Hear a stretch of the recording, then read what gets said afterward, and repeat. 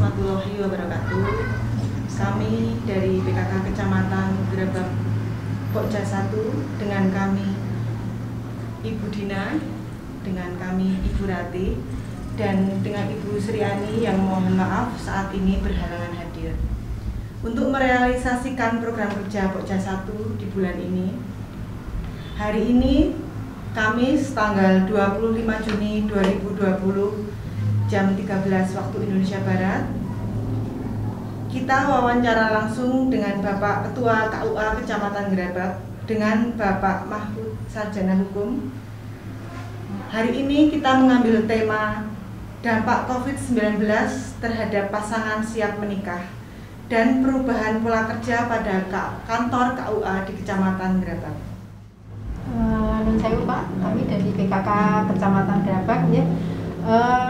Seperti kita ketahui bersama bahwa menjelang puasa dan habis puasa itu kan bulan-bulan orang banyak menikahnya. Sementara kan kita sedang mengalami pandemi dengan COVID-19. Ya, dampak apa yang sangat berasa terhadap pasangan-pasangan yang entah menunda pernikahan, entah kenapa ada solusi lain, itu kami ingin tahu untuk disampaikan pada masyarakat umum.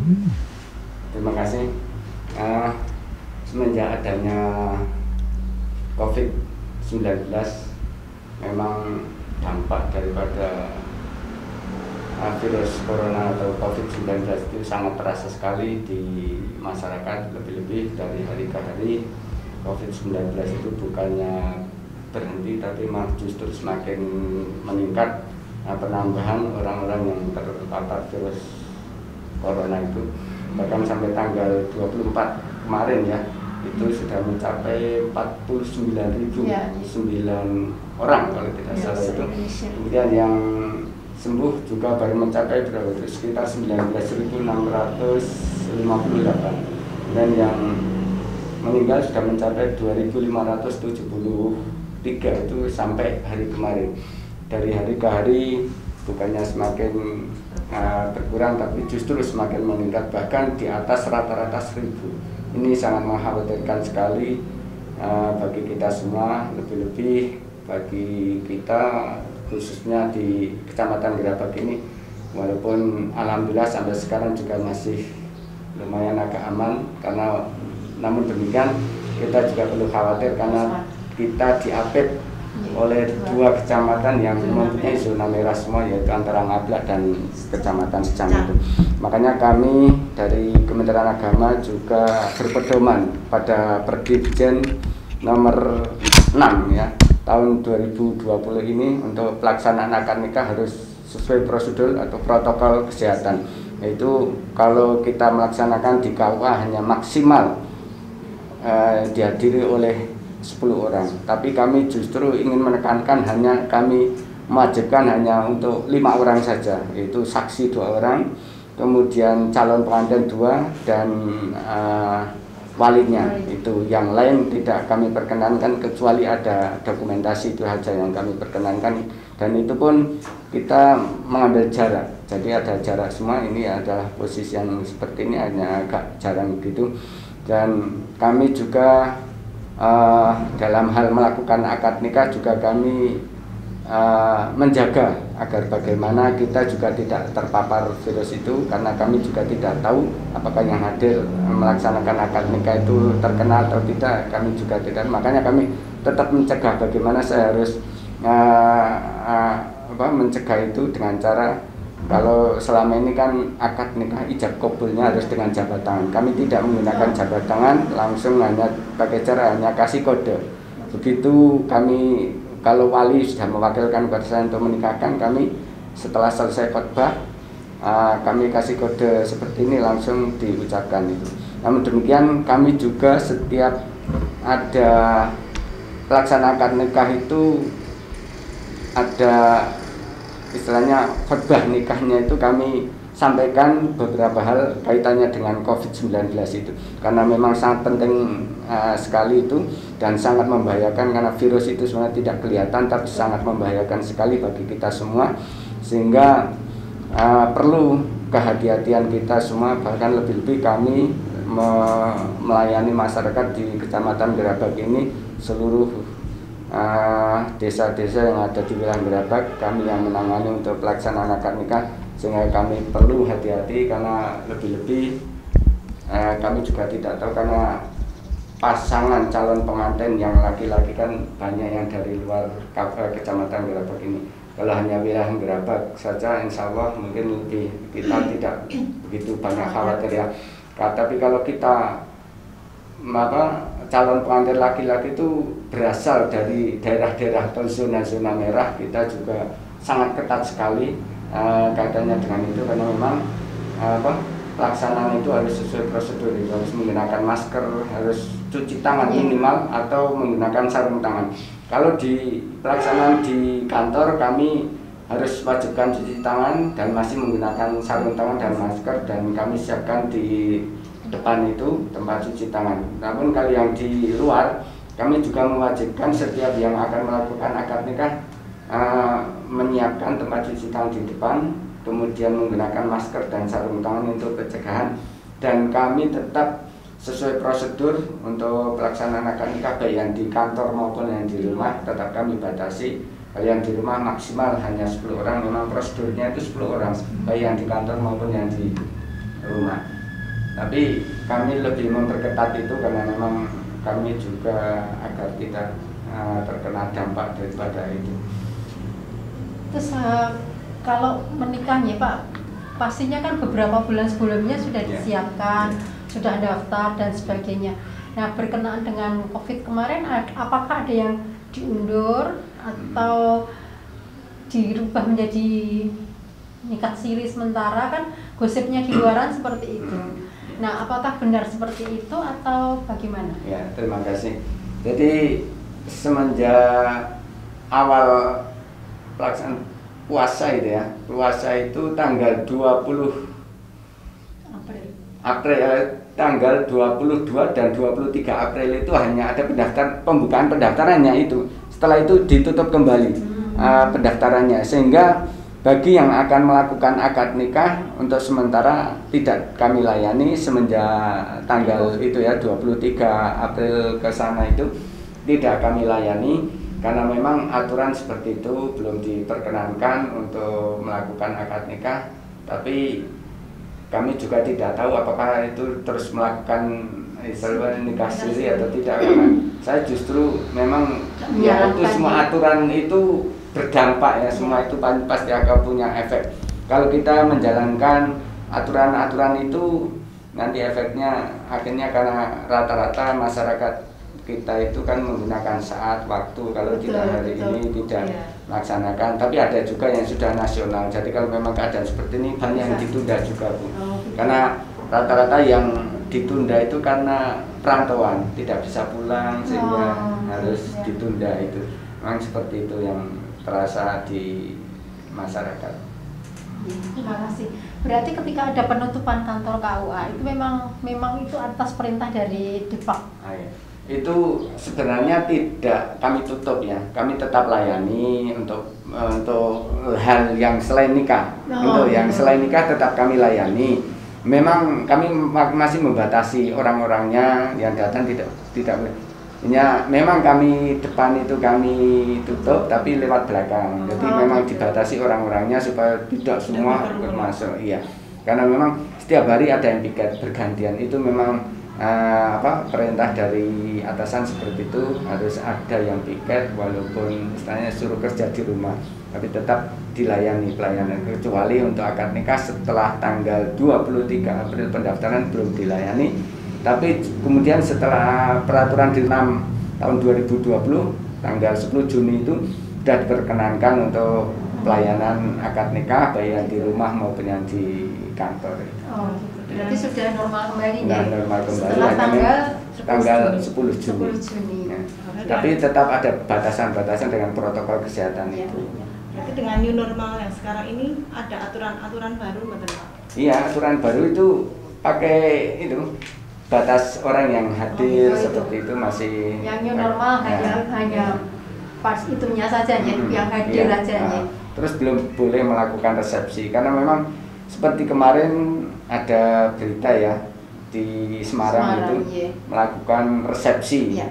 yang di luar protokol kesehatan sehingga akhirnya dampaknya ada yang meninggal Iya, sampai betul. karena terpapar Berapa virus orang, itu ya. Itu karena memang seperti itu, kami juga tetap hati-hati, lebih kami selalu berkoordinasi dengan tim gugus Kecamatan Gerabak agar bagaimana kami juga bisa melayani masyarakat tapi juga tidak terkena dampak daripada virus itu. Iya.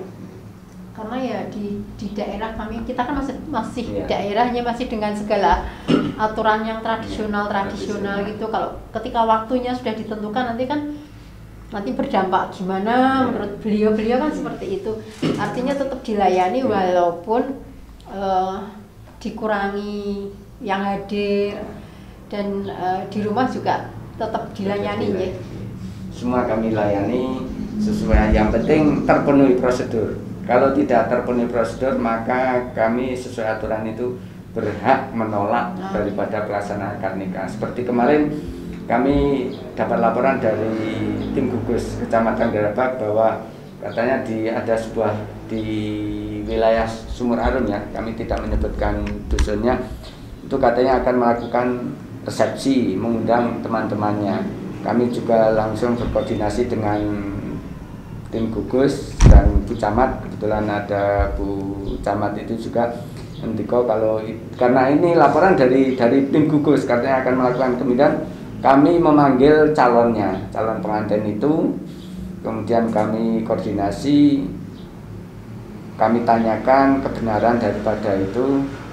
Sebenarnya dia juga mengatakan sebenarnya bukan seperti itu, memang yang ada yang akan hadir, tapi rata-rata kan 1-2 orang itu menggunakan mobil satu, jadi akan kelihatan banyak seperti itu aja. Tapi yang hadir kemarin akhirnya pas pelaksanaan akad nikah juga cuma 4 orang yang hadir, bukan seperti yang diisukan itu, karena memang sebelumnya juga sudah kami konfirmasi apakah benar info-info seperti ini.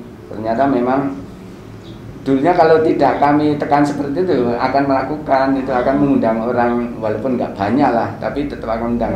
Akhirnya setelah kami tekankan seperti itu, alhamdulillah dia mengerti dengan keadaan kita. Kami juga menekankan bahwa Gerabak itu masih posisi dalam keadaan aman. Kami tidak ingin ada warga masyarakat wilayah Gerabak ini terkena dampak COVID hanya karena ingin melakukan pesta. Ini hanya resepsi, karena ini hanya sebuah sunnah, bukan wajib. Yang paling pokok adalah pas akad nikahnya itu.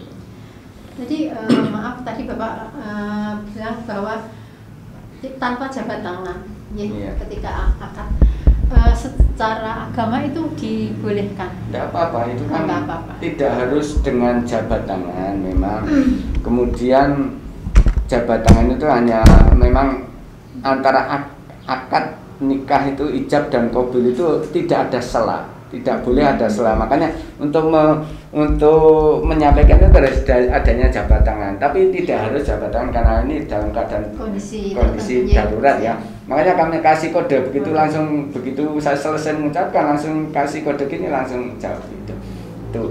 Bahkan kami waktu khotbah nikah itu sekitar 60% itu yang kami jelaskan justru adalah resiko COVID-19 ini.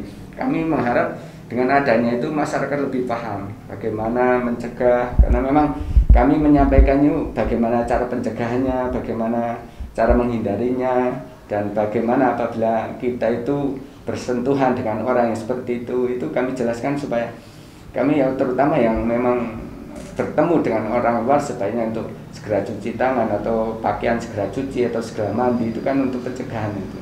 Memang itu yang kami sering tekankan pada masyarakat. Bahkan setiap hari kami selalu update COVID-19 ini dan kami sampaikan kepada masyarakat ketika pas adanya pelaksanaan akad nikah itu.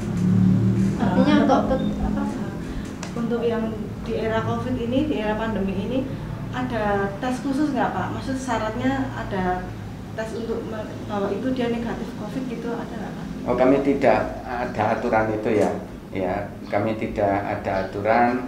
Memang akhir-akhir ini akhirnya dari Kementerian Agama ingin punya alat, karena memang kami tidak punya alat untuk mendeteksi ya. Jadi ini baru direncanakan untuk dibelikan. Jadi setiap kawah diberi alat satu-satu untuk, tapi sampai sekarang belum direalisasikan karena memang anggaran itu tidak semudah itu, harus dilakukan perubahan karena memang anggaran untuk pembelian itu tidak ada, makanya harus dianggarkan lebih dulu ini. Dan insya Allah dalam waktu dekat ini kami akan punya itu, sehingga sebelum akad nikah akan kami tes itu dulu, karena memang beli alatnya itu juga mahal ini ya. Mahal itu. Artinya selama ada pandemi ini dari KUA Kecamatan Grabak tidak ada kesulitan apapun dalam melaksanakan tugas-tugasnya, menikahkan dan sebagainya, kan nggak memenuhi apa kesulitan yang ya alhamdulillah sampai sekarang masyarakat itu kami jelaskan begitu antusias, mau mengerti, memahami keadaan. Kami juga ingin bekerja sama bagaimana masyarakat dan pemerintah itu saling sinkron, saling mendukung agar COVID juga tidak menyebar di wilayah Grabak ini. Ya, untuk berapa insya Allah sih orangnya bisa bersinergi ya, antara masyarakat gitu. Ya, kami salut dengan masyarakat itu yang begitu disampaikan memang tidak boleh seperti ini, tidak boleh seperti itu, harus aturan protokol kesehatan harus dipenuhi. Itu juga alhamdulillah masyarakat Grabak cukup mengerti, memahami dan menyadari hal itu, dan alhamdulillah sehingga sampai sekarang juga masih terasa aman untuk wilayah Grabak ini. Aman ya Pak. Ini mungkin pertanyaan terakhir ya Pak. Mungkin ada pesan-pesan dari Bapak sebagai Kepala KUA di Kecamatan Grabak ini, apa yang harus dipersiapkan oleh calon mempelai untuk menuju pernikahan yang bahagia yang sesuai prosedur ya syariah agama, juga sesuai dengan aturan pemerintah. Ya, terima kasih untuk semua warga masyarakat Kecamatan Grabak yang akan melakukan akad nikah. Monggo silahkan bisa daftar di KUA baik secara langsung pribadi maupun lewat P3N ya. Untuk yang terakhir kalinya Pak, mungkin ada pesan-pesan untuk calon mempelai khususnya di Kecamatan Grabak. Terima kasih bagi seluruh warga masyarakat Kecamatan Grabak yang akan melakukan akad nikah. Monggo bisa mendaftar baik secara pribadi sendiri maupun melalui perangkat desa ataupun P3N.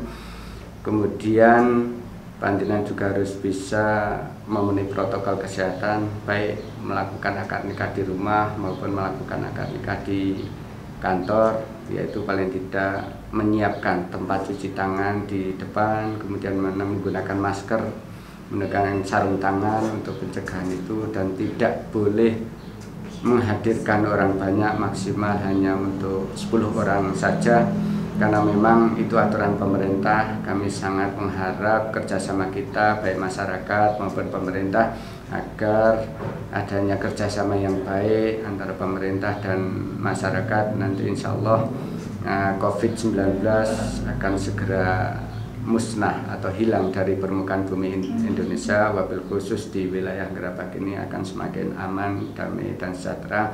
Monggo setelah itu, karena memang bukan dalam arti nanti juga tidak boleh melakukan resepsi ya, akad nikah tidak boleh mengundang orang banyak, mengundang sanak saudara, mengundang teman, karib kerabat baik yang jauh maupun yang dekat. Itu karena memang pemerintah belum mengundaki, karena dari hari ke hari COVID-19 itu semakin meningkat di wilayah Indonesia ini. Untuk itu kami juga harus bersama-sama dengan seluruh masyarakat untuk mencegah itu. Tidak harus melakukan resepsi, karena pada intinya adalah pada akad nikahnya, bukan pada resepsinya. Jadi bagaimana kita bisa punya niat yang kuat di dalam sebelum akad nikah ini, untuk paling tidak niatnya adalah beribadah kepada Allah Subhanahu wa taala, niat mengharap ridho dari Allah Subhanahu wa taala. Kemudian yang kedua, niatkan bahwa Anda mau nikah juga karena ingin mengikuti sunnah Rasulullah SAW. An-nikahu sunnati famarubibang sunnati falesamini, nikah adalah sunnahku kata Rasulullah, dan barang siapa mengikuti sunnahku maka dia termasuk umatku. Dan insya Allah panjenengan akan melakukan akad nikah dengan niat itu, insya Allah panjenengan termasuk umat Rasulullah. Dan yang paling tidak kalah pentingnya dalam pelaksanaan akad nikah adalah bahwa Anda mau menikahi dengan seorang perempuan karena iman dan takwanya. Demikian juga seorang istri atau seorang calon pengantin perempuan mau diambil istri sama calon suami karena iman dan takwanya, bukan cantik maupun gantengnya atau bukan karena harta bendanya.